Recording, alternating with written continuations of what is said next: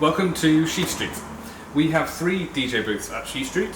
One in our event space, which is effectively kind of our main room, one in our terrace outdoors, which we call the Yarden, and one in our bar area, which we are in today.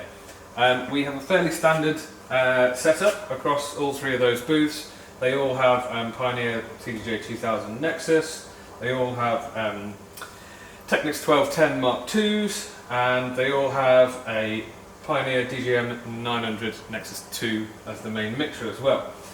This one, however, has just had a little bit of a remodel and it has a few little tricks up its sleeve. If we play a track on one of our CDJs, everything goes normal, it's nicely flushly built in, looks switched, we've got room for everything, but a hidden little feature is that hiding under here, we have a Master Sounds Radius 4. And with a simple flip up, you're now playing on the other mixer. So you've got full control. This doesn't just allow the switch over, and this mixer is now fully in control with no tech input. So we can switch back as well just as easily, change it to the other point, and this mixer now has control. So what I'd like to go over in this video is, what's the point in that? How does it all work, and why do we bother?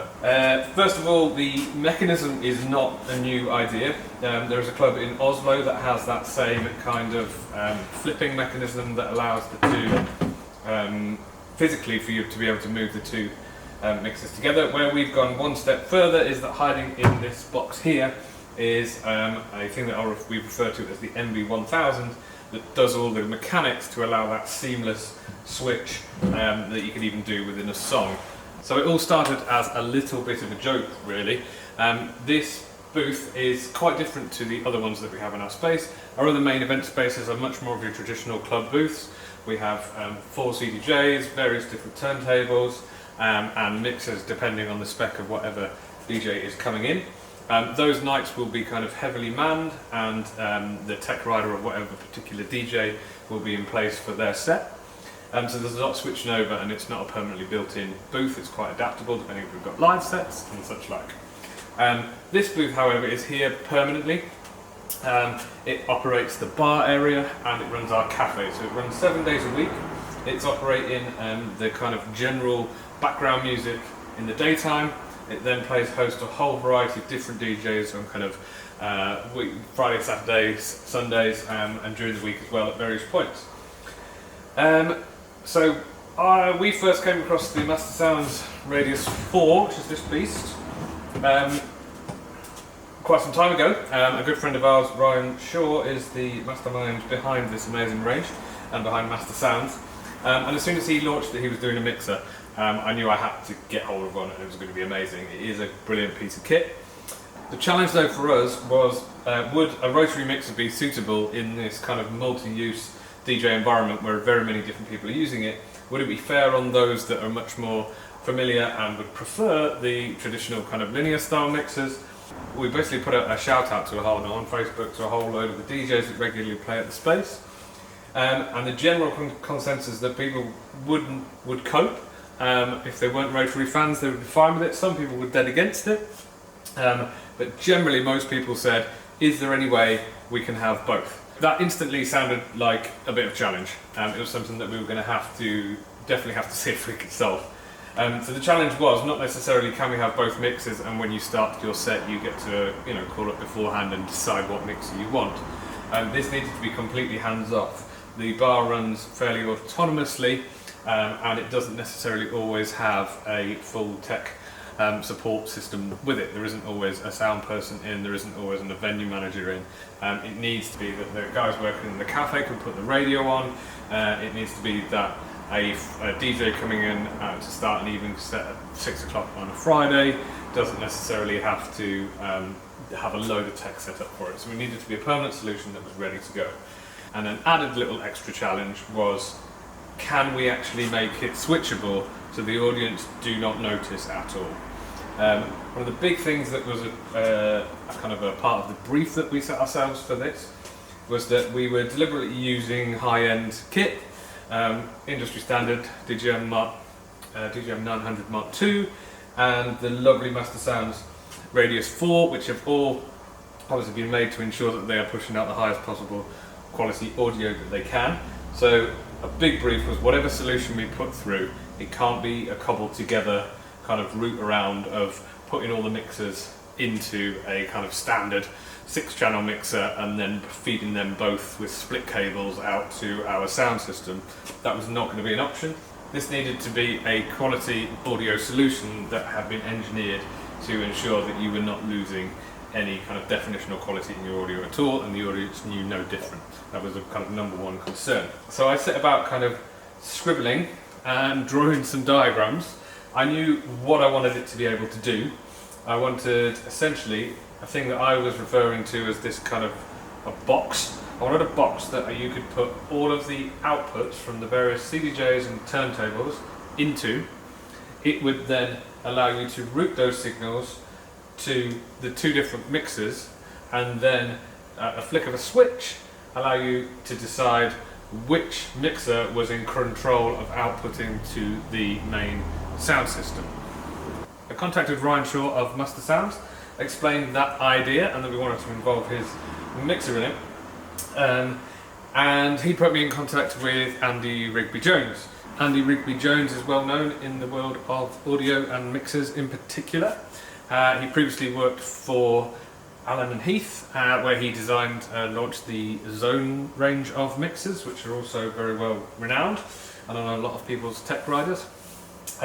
He's currently running the Union Audio, which is his own company, and Union Audio provide the gubbins, the magical stuff that goes on inside these Master Sounds mixers.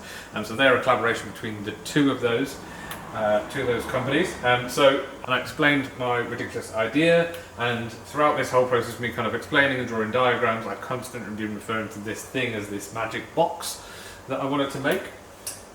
So he said, yes, sounds interesting, I can make that for you, and we can do it with minimal or hardly any loss of quality at all, which was a key factor.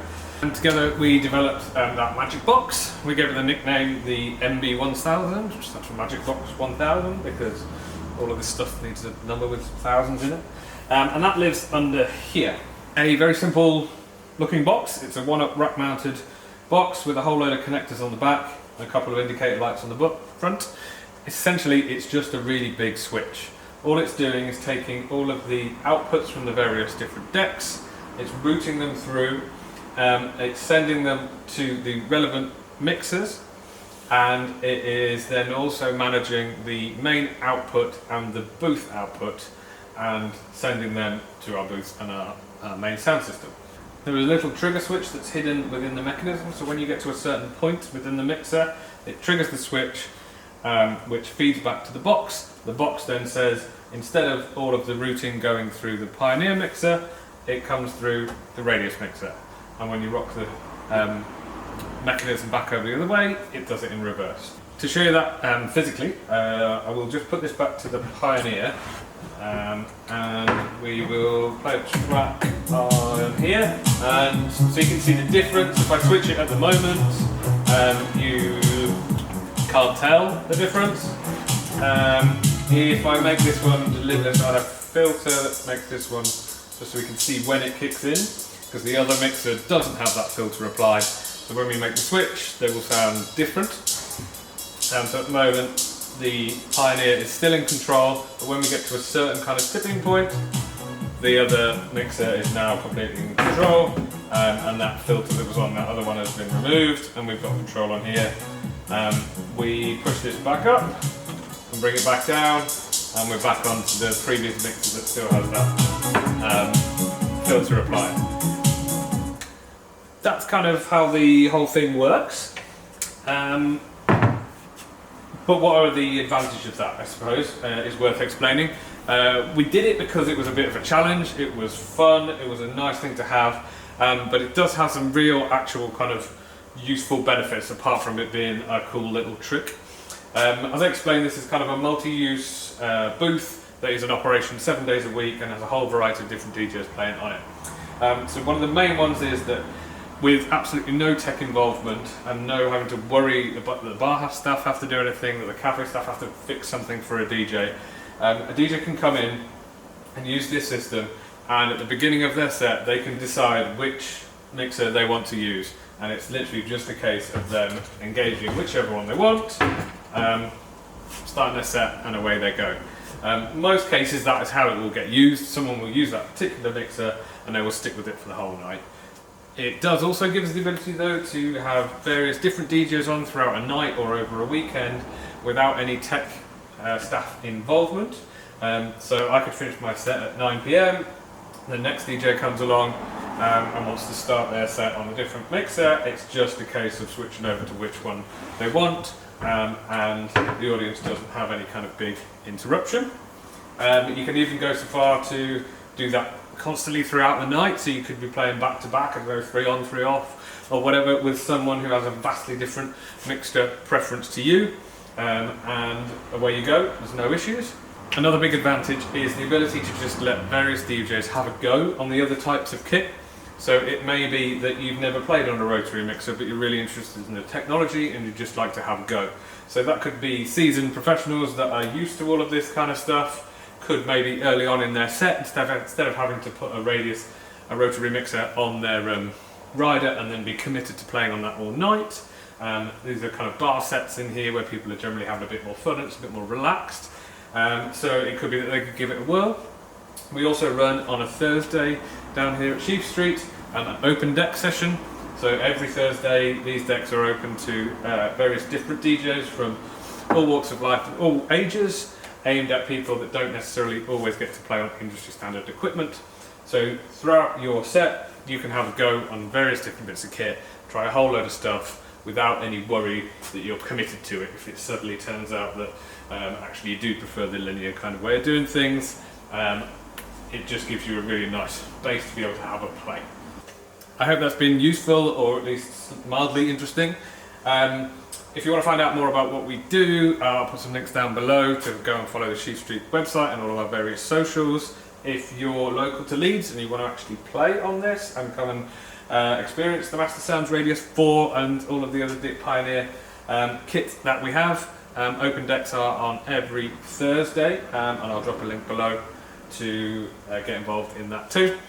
Chat up in the comments if there's any questions, we'd be happy to answer them.